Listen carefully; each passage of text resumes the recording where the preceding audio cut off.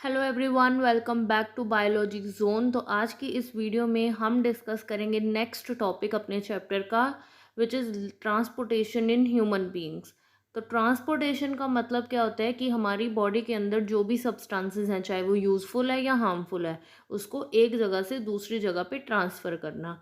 ये एक तरह का लाइफ प्रोसेस है जो कॉन्टीन्यूली परफॉर्म होता रहता है, चलता रहता है। कौन कौन सी सब्सटेंसेस का ट्रांसफ़र होता है? ऑक्सीजन है, फूड है, कुछ मिनरल सॉल्ट्स हैं, या कार्बन डाइऑक्साइड है, या कोई भी वेस्ट प्रोडक्ट जो हमारी बॉडी में बन रहा है, वो एक जगह से दूसरी जगह एक मल्टी सेलुलर ऑर्गेनिज्म में ट्रांसपोर्ट होगा। किसकी हेल्प से? ट्रांसपोर्टेशन सिस्टम की हेल्प से। अब ट्रांसपोर्टेशन जो है सब्सटेंसेस का हमारे अंदर किसकी हेल्प से होता है? सर्कुलेटरी सिस्टम की हेल्प से। सर्कुलेशन, सब्सटेंसेस का सर्कुलेशन करवाने वाले सिस्टम को क्या बोला है? Circulatory system. सर्कुलेटरी सिस्टम के तीन मेन कंपोनेंट्स हैं। पहला है ब्लड, दूसरा ब्लड वेसल, और तीसरा है हार्ट। अब हार्ट जो है वो क्या है? पंपिंग ऑर्गन, मतलब ब्लड को पंप करता है अलग अलग बॉडी पार्ट्स में। ब्लड के अंदर ही सब कुछ मिक्स होकर ट्रांसपोर्ट होता है ना, तो ब्लड क्या है कि एक ट्रांसपोर्टेशन मीडियम है जो चीज़ों को इधर से उधर लेके जा रहा है। हार्ट क्या कर रहा है? उसको पंप करने का काम कर रहा है। और ब्लड वेसल वो ट्यूब्स हैं जिनके अंदर ब्लड फ्लो करता है। तो ये तीन मेन कंपोनेंट्स थे जिनको आगे हम डिटेल में करेंगे। सबसे पहले है ब्लड। तो ब्लड हमने नाइन्थ में भी पढ़ा हुआ, क्या होता है? ये एक कनेक्टिव टिश्यू, क्योंकि ये फ्लूइड फॉर्म में है तो इसको क्या कहते हैं? Fluid connective tissue. Red colour का होता है। क्या काम है इसका? ये ट्रांसपोर्टेशन में हेल्प करता है ऑक्सीजन या फिर बाकी हार्मफुल या वेस्टफुल सब्सटेंसेस के ट्रांसपोर्ट का। बॉडी के अंदर इन चीज़ों को ट्रांसपोर्ट करता है from one place to another. अब ब्लड के भी आगे फर्दर कंपोनेंट्स हैं, तो चार कंपोनेंट्स हम पढ़ेंगे, जिनमें से पहला है प्लाज्मा। प्लाज्मा क्या होता है? अब जो हमारा ब्लड है वो बहुत सारी चीज़ों से मिल के बना हुआ है ना। कुछ सेल्स हैं उसमें, जैसे रेड ब्लड सेल्स हैं, वाइट ब्लड सेल्स हैं।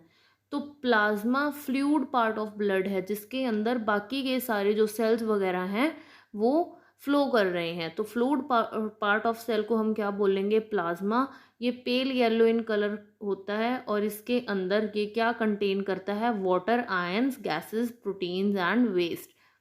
प्लाज्मा जो है वो डाइजेस्टेड फूड को, एक्सक्रीटरी प्रोडक्ट्स को, हॉर्मोन्स को या हीट को ट्रांसपोर्ट करवाने में हेल्प करता है। नेक्स्ट है रेड ब्लड सेल्स। 44% जो हमारा ब्लड है उसका पार्ट क्या है? Red blood cells. मतलब red blood cells form the 44% part of our blood. Red colour के होते हैं क्योंकि इनके पास हीमोग्लोबिन होती है, और वो हीमोग्लोबिन की हेल्प से ये क्या करते हैं? ऑक्सीजन को ट्रांसपोर्ट करने का काम करते हैं। हमने ऑलरेडी पढ़ा है कि हीमोग्लोबिन को क्या बोलते हैं? Carrier of oxygen. नेक्स्ट है white blood cells. White blood cells यानी WBCs, इनको ल्यूकोसाइट्स भी बोला जाता है। इनके अंदर कोई भी हीमोग्लोबिन नहीं होती, और ये हमें इन्फेक्शंस के अगेंस्ट प्रोटेक्शन प्रोवाइड करते हैं। नेक्स्ट है प्लेटलेट्स। प्लेटलेट्स बहुत ही इंपॉर्टेंट है। प्लेटलेट्स का काम क्या है? Blood clotting. जब भी हमें कोई इंजरी होती है तो कुछ टाइम के बाद इंजरी वाले पार्ट में ब्लड क्लॉट बन जाता है ब्राउन से कलर का। अगर वो क्लॉट नहीं बनेगा तो ब्लड कॉन्टिन्यूली फ्लो होता जाएगा, और वो क्लॉट बना कौन रहा है? प्लेटलेट्स। तो प्लेटलेट्स का फंक्शन बहुत इंपॉर्टेंट है। क्या फंक्शन है इनका? They perform blood clotting. अब नेक्स्ट क्या है? Blood vessels. पहले हमने ब्लड को डिस्कस किया, अब ब्लड वेसल्स। तो ब्लड वेसल्स, जैसे कि मैंने आपको बताया ही है कि वो ट्यूब्स जिनके अंदर ब्लड फ्लो कर रहा है उनको क्या बोलेंगे? Blood vessels. ह्यूमन बॉडी के अंदर तीन तरह की ब्लड वेसल्स हैं। पहली हैं आर्टरीज, फिर वेन्स, और तीसरी हैं कैपिलरीज।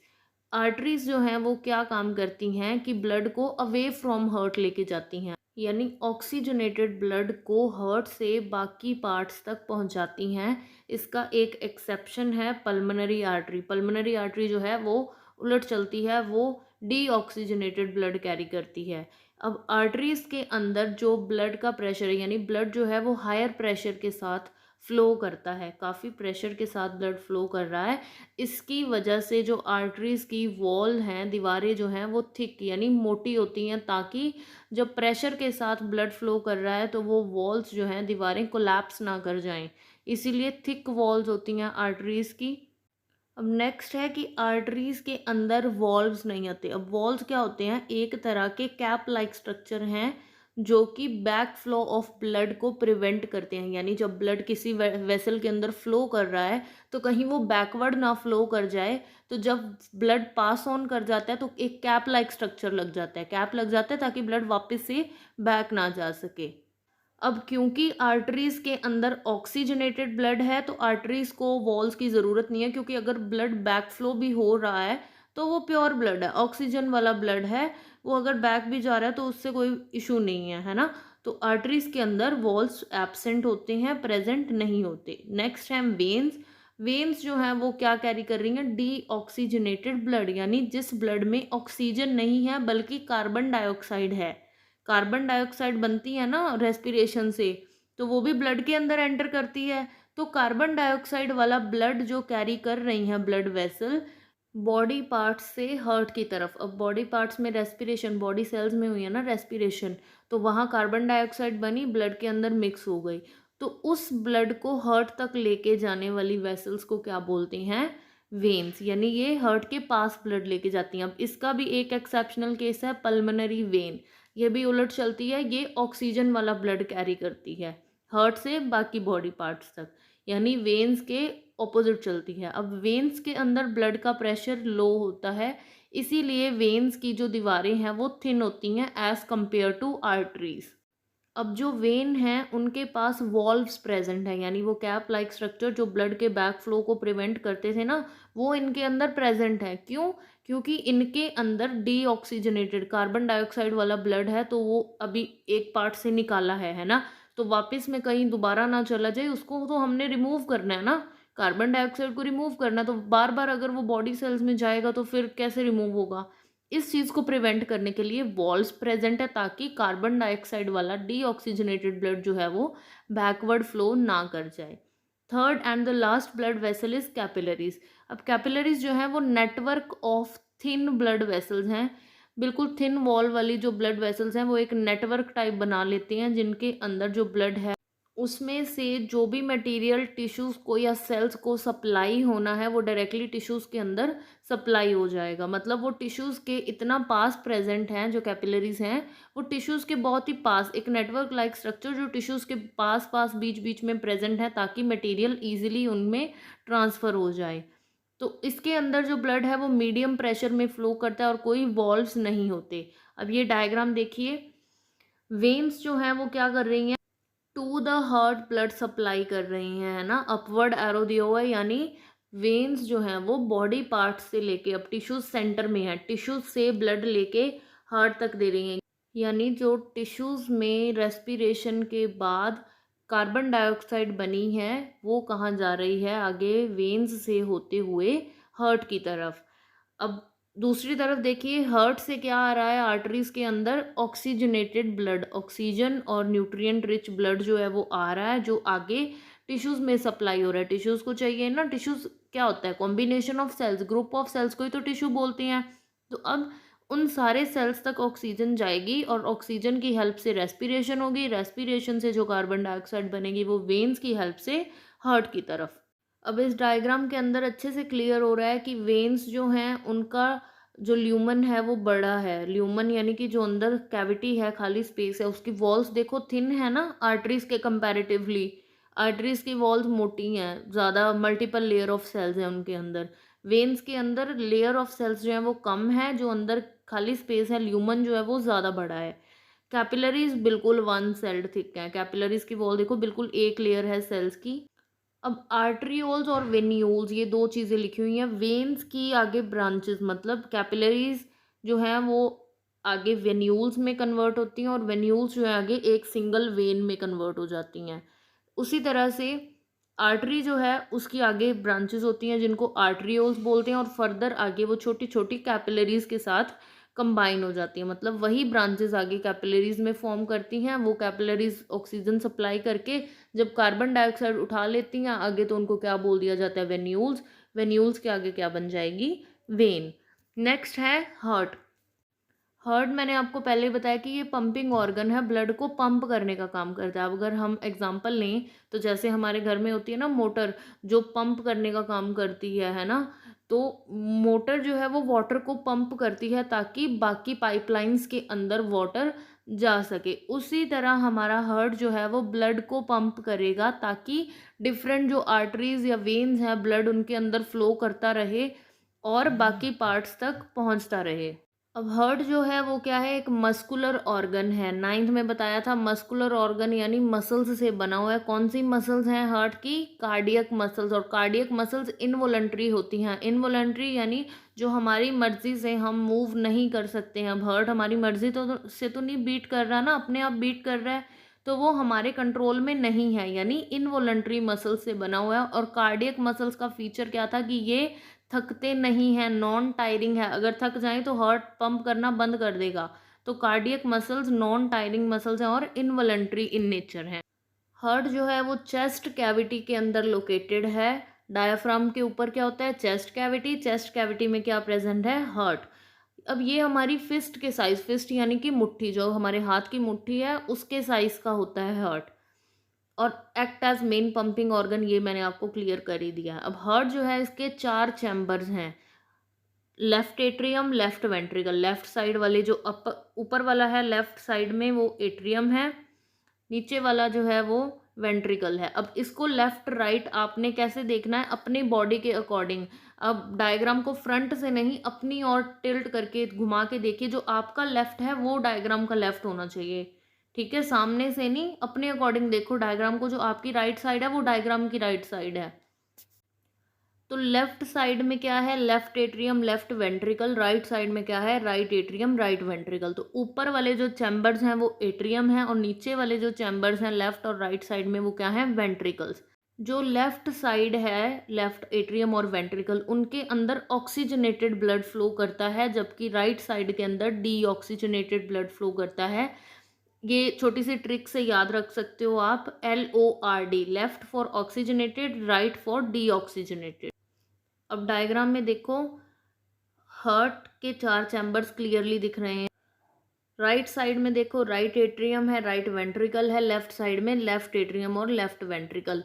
लेफ्ट साइड किसके साथ डील करती है? ऑक्सीजनेटेड ब्लड के साथ। राइट साइड किसके साथ डील करेगी? डीऑक्सीजनेटेड ब्लड के साथ। अब इसको थोड़ा एक्सप्लेन करती हूँ सारे डायग्राम को। ऊपर देखिए वेना कावा, वेन्स जो हैं वो क्या कर रही हैं? बॉडी में से ब्लड लेके आ रही हैं। Vena cava from upper body and vena cava from lower body, ये दोनों जो हैं वो ब्लड लाके राइट एट्रियम के अंदर। अब बॉडी से डीऑक्सीजनेटेड ब्लड को वेना कावा लेके आ रही हैं राइट एट्रियम के अंदर। राइट एट्रियम से ये ब्लड जा रहा है राइट वेंट्रिकल के अंदर। फिर राइट वेंट्रिकल से होते हुए ये जाएगा ऊपर पल्मोनरी आर्टरी में। अब पल्मोनरी आर्टरी मैंने आपको याद कीजिए बताया था कि ये एक्सेप्शन है, ये डीऑक्सीजनेटेड ब्लड कैरी करती है, बाकी आर्टरीज की तरह ऑक्सीजनेटेड ब्लड कैरी नहीं करेगी। ये पल्मोनरी आर्टरी ब्लड को लेके जाएगी लंग्स के पास। लंग्स याद कीजिए एल्वियोलाई थी। एल्वियोलाई क्या करती है? कार्बन डाइऑक्साइड पिक कर लेती है, ऑक्सीजन को ब्लड के अंदर भेज देती है, यानी अब ब्लड वहाँ पे क्या हो गया? ऑक्सीजनेटेड। ऑक्सीजनेटेड ब्लड जो है वो अब हार्ट के पास वापस भेजना है। वापस किसके थ्रू आएगा? पल्मोनरी वेन के थ्रू। अब फिर से याद करो, pulmonary vein oxygenated blood carry कर रही है क्योंकि ये एक्सेप्शनल केस है, बाकी वेन्स की तरह ये डीऑक्सीजनेटेड ब्लड कैरी नहीं करती। अब पल्मोनरी वेन जो है वो ऑक्सीजनेटेड ब्लड कहाँ लेके आ गए? लेफ्ट एट्रियम के अंदर। लेफ्ट एट्रियम से ब्लड गया लेफ्ट वेंट्रिकल के अंदर। लेफ्ट वेंट्रिकल से आगे जाएगा ब्लड एओर्टा के अंदर। एओर्टा की आगे ब्रांचेस होती हैं, यानी काफ़ी सारी आर्टरीज निकलती हैं जो ऑक्सीजनेटेड ब्लड को बाकी बॉडी पार्ट्स तक सप्लाई करती हैं। तो ये थोड़ा ब्लड फ्लो का मैंने एक्सप्लेन कर दिया। अब इसको थोड़ी और डिटेल में इस डायग्राम को देखेंगे। अब देखिए, मैंने बताया था कि राइट एट्रियम से डीऑक्सीजनेटेड ब्लड जो है वो राइट वेंट्रिकल में जा रहा है ना। वेना कावा लेके आए थे, राइट एट्रियम के अंदर डीऑक्सीजनेटेड ब्लड छोड़ दिया। अब ये डीऑक्सीजनेटेड ब्लड जो है वो वेंट्रिकल में जा रहा है, पर बीच में वॉल्व प्रेजेंट है। बैक फ्लो को प्रिवेंट करने के लिए क्या लगा हुआ है? Tricuspid valve. इसको एट्रियल वॉल्व भी बोल सकते हैं। आपको अभी 10th के अकॉर्डिंग तो नाम याद करने की ज़रूरत नहीं है, इतना याद रख लीजिए कि एट्रियल वॉल्व है जो एट्रिया के एंड में प्रेजेंट है। उसी तरह अब जब ब्लड ने जाना है पल्मोनरी वेन के अंदर तो वहाँ पे भी प्रेजेंट होते हैं पल्मोनरी वॉल्व। पल्मोनरी वॉल्व क्या करेंगे कि जब डीऑक्सीजनेटेड ब्लड ने पल्मोनरी आर्टरी के थ्रू होते हुए लंग्स में जाना है, तो कहीं वो बैक फ्लो ब्लड वापस वेंट्रिकल में ना आ जाए, तो वहाँ पे क्या है, वही cap like structure pulmonary valve. Similarly अगर हम लेफ्ट साइड देखें तो लेफ्ट एट्रिया के एंड पे भी वॉल्व है जिसको बोलते हैं बाइकस्पिड वॉल्व, बैक फ्लो को प्रिवेंट करेगा। आगे वेंट्रिकल में जब गया ब्लड, वेंट्रिकल से आगे जाना है ब्लड ने एओर्टा में। अब एओर्टा के बेस पे भी जहाँ ब्लड एंटर करना है एओर्टा में, वहाँ पे भी क्या प्रेजेंट है, एओर्टिक वॉल्व, वही कि बैक फ्लो ना कर जाए। अब ऊपर देखिए एओर्टा के आगे ब्रांचेस दिखाई दे रही है ना, ये क्या है, आर्टरीज जो बाकी बॉडी पार्ट्स तक ऑक्सीजनेटेड ब्लड सप्लाई करेंगी। तो ये था एक्सप्लेन्ड डायग्राम। आगे देखिए क्या बोला कि डबल सर्कुलेशन, डबल सर्कुलेशन यानी 2 टाइम्स सर्कुलेशन हो रहा है ब्लड का। अब 2 बार कैसे, जो ऑक्सीजनेटेड और डीऑक्सीजनेटेड ब्लड है वो एक ही टाइम पे लेफ्ट और राइट साइड में साइमल्टेनियसली फ्लो करता है, पंप होता रहता है। तो मतलब एक टाइम पे दो दो सर्कुलेशन हो रहे हैं। अब एक साइड पे तो डीऑक्सीजनेटेड ब्लड फ्लो कर रहा है, जो ऊपर ब्लू कलर में, पर्पल ब्लू कलर में मेंशन किया हुआ है कि वेना कावा ने इन ब्लड लिया डीऑक्सीजनेटेड ब्लड, उसको राइट एट्रियम में भेजा। राइट वाला किसके साथ था, डीऑक्सीजनेटेड ब्लड के साथ लिंक करता है। फिर आगे ट्राइकस्पिड वाल्व ओपन हुए, उन्होंने ब्लड आगे राइट वेंट्रिकल में जाना दिया। राइट वेंट्रिकल से आगे जाना है पल्मोनरी आर्टरी में, तो पल्मोनरी वॉल्व जो है वो ओपन होंगे, पल्मोनरी ट्रंक या पल्मोनरी आर्टरी में ब्लड जाएगा। उसके बाद जो पल्मोनरी आर्टरी है वो लंग्स में लेके जाएगी डीऑक्सीजनेटेड ब्लड को। तो यहाँ तक डीऑक्सीजनेटेड ब्लड चल रहा था, जो अब कार्बन डाइऑक्साइड है उस ब्लड में से वो लंग्स में से जाएगी हमारे एल्वियोलाई के पास। एल्वियोलाई से आगे होते हुए हम उसको नोस्ट्रिल के थ्रू एक्सहेल कर देंगे। अब यहाँ तक तो कार्बन डाइऑक्साइड वाला डीऑक्सीजनेटेड ब्लड का था। अब उसके आगे, अब लंग्स से ब्लड ने ऑक्सीजन पिक कर ली है ना, जब रेस्पिरेशन में हमने बोला था कि एल्वियोलाई से ऑक्सीजन जो है वो ब्लड में चली जाएगी। अब ब्लड जो है उस ऑक्सीजन को कैसे लेगा, एल्वियोलाई के आगे कौन सी वेन कैरी करेगी ब्लड को, पल्मोनरी वेन। पल्मोनरी वेन से ब्लड आगे जाएगा लेफ्ट एट्रियम में। लेफ्ट एट्रियम के आगे बाइकस्पिड वॉल्व जो है वो ओपन होंगे, ब्लड फिर लेफ्ट वेंट्रिकल में जाएगा। लेफ्ट वेंट्रिकल से सेमिल्यूनर एओर्टा के जो एओर्टिक वॉल्व थे वो ओपन होंगे, ब्लड एओर्टा में जाएगा। एओर्टा से जाने के बाद आगे अलग अलग आर्टरीज की हेल्प से बॉडी के अलग अलग पार्ट्स में ऑक्सीजनेटेड ब्लड जो है वो पहुंच जाएगा, ट्रांसपोर्ट हो जाएगा। अब फिर से एक बार फ्लो चार्ट की फॉर्म में फ्लो ऑफ ब्लड को स्टडी कर लेते हैं। तो पहले डीऑक्सीजनेटेड ब्लड है उसको किसने रिसीव किया, वेना केवा ने। वेना केवा कहाँ लेके आए, राइट एट्रियम तक। राइट एट्रियम के आगे ट्राइकैस्पिड वॉल्व ओपन हुए, उन्होंने ब्लड को भेज दिया राइट वेंट्रिकल में। राइट वेंट्रिकल के बाद ब्लड कहाँ जाना है, पल्मोनरी आर्टरी में। पल्मोनरी आर्टरी ब्लड लेके जाएगी लंग्स तक। लंग्स के बाद ब्लड में से कार्बन डाइऑक्साइड निकल गई और ऑक्सीजन जो थी वो ब्लड के पास आ गई। पल्मोनरी वेन आगे उस ऑक्सीजनेटेड ब्लड को लेके आएगी लेफ्ट एट्रियम तक। लेफ्ट एट्रियम से आगे ब्लड ने जाना है लेफ्ट वेंट्रिकल तक, किसके थ्रू जाएगा, बाइकस्पिड वेल्व के थ्रू। बाइकस्पिड वेल्व ओपन होंगे, ब्लड लेफ्ट एट्रियम से लेफ्ट वेंट्रिकल में जाएगा। फिर लेफ्ट वेंट्रिकल के आगे अरोटा में जाना है। अब अरोटा से पहले क्या हुआ, एरोटिक वॉल्व ओपन होंगे जो ब्लड को एरोटा में भेजेंगे। एरोटा से आगे काफ़ी सारी आर्टरीज निकलेंगी जो उस ब्लड को, ऑक्सीजनेटेड ब्लड को बाकी बॉडी पार्ट्स में भेजेंगी, सप्लाई करेंगी। ये फ्लो चार्ट इम्पॉर्टेंट है। नेक्स्ट टॉपिक है ब्लड प्रेशर। अब ब्लड प्रेशर का क्या मतलब है कि जो फोर्स या जो प्रेशर ब्लड हमारी ब्लड वेसल्स, जब ब्लड वेसल्स के थ्रू ब्लड फ्लो करता है, तो जिस प्रेशर के साथ ब्लड फ्लो कर रहा है या जितना प्रेशर हमारी ब्लड वेसल्स की वॉल के ऊपर लगा रहा है, उसको बोलेंगे हम ब्लड प्रेशर। ये जो प्रेशर है वो हमने ऑलरेडी डिस्कस किया कि आर्टरीज में ज़्यादा होता है, वेन्स में कम होता है। अब देखो हार्ट जो है वो मसल्स से बना है ना, कार्डियक मसल्स, और मसल्स क्या करते हैं, कॉन्ट्रैक्ट करते हैं या रिलैक्स करते हैं। अब जिस टाइम पे वेंट्रिकल्स वाला पार्ट कॉन्ट्रैक्ट कर रहा है, तो उस टाइम पे आर्टरीज में जो प्रेशर है उसको बोलेंगे systolic pressure.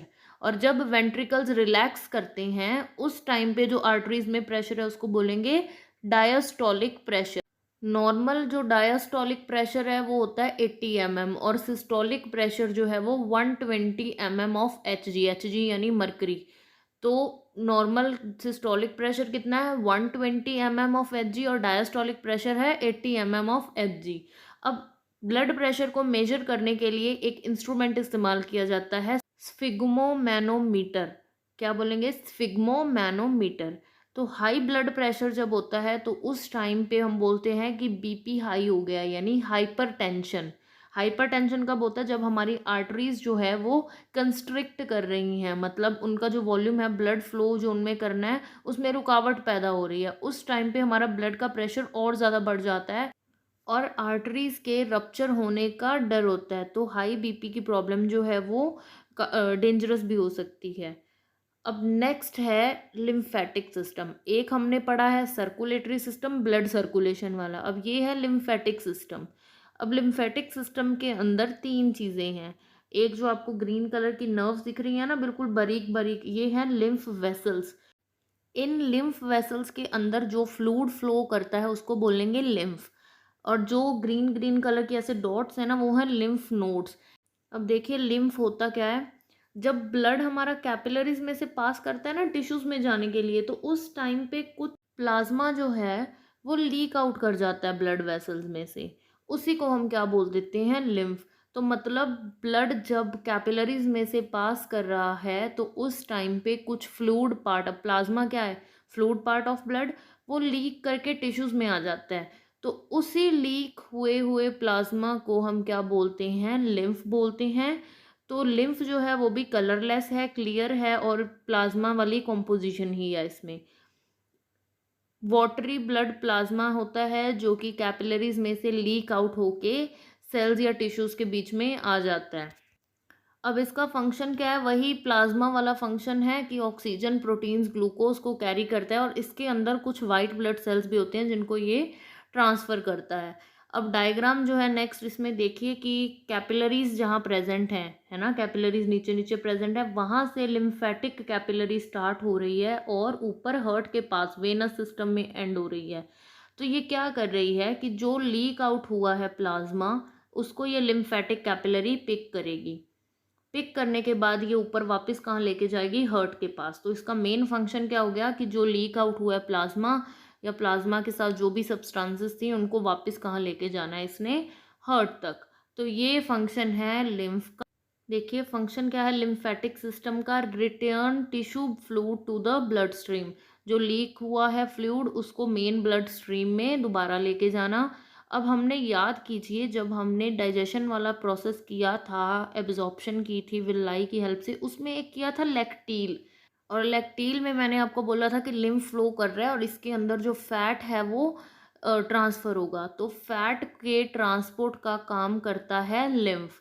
Absorb and transport fat and fat soluble vitamin from the intestine. Small intestine में से फैट्स को एब्जॉर्ब भी करता है और ट्रांसपोर्ट भी करता है। इसके अलावा क्योंकि इसके पास वाइट ब्लड सेल्स हैं तो ये क्या करता है? माइक्रो ऑर्गेनिजम्स को किल करने में भी हेल्प करता है। तो ये था लिम्फेटिक सिस्टम के बारे में। अब इस वीडियो में हमने सर्कुलेटरी सिस्टम और लिम्फेटिक सिस्टम दोनों कवर कर लिया, तो मतलब ह्यूमन ट्रांसपोर्टेशन जो है वो कंप्लीट हो गई। नेक्स्ट हमने करना है ट्रांसपोर्टेशन इन प्लांट, जो हम नेक्स्ट वीडियो में करेंगे। आई होप ये वाला टॉपिक आपको समझ आ गया होगा। नहीं समझ आया, कोई भी डाउट है तो you can ask, you can comment down. अगर वीडियो अच्छा लगा हो, समझ आया हो, तो please do like, share and subscribe my channel. Thank you so much for watching.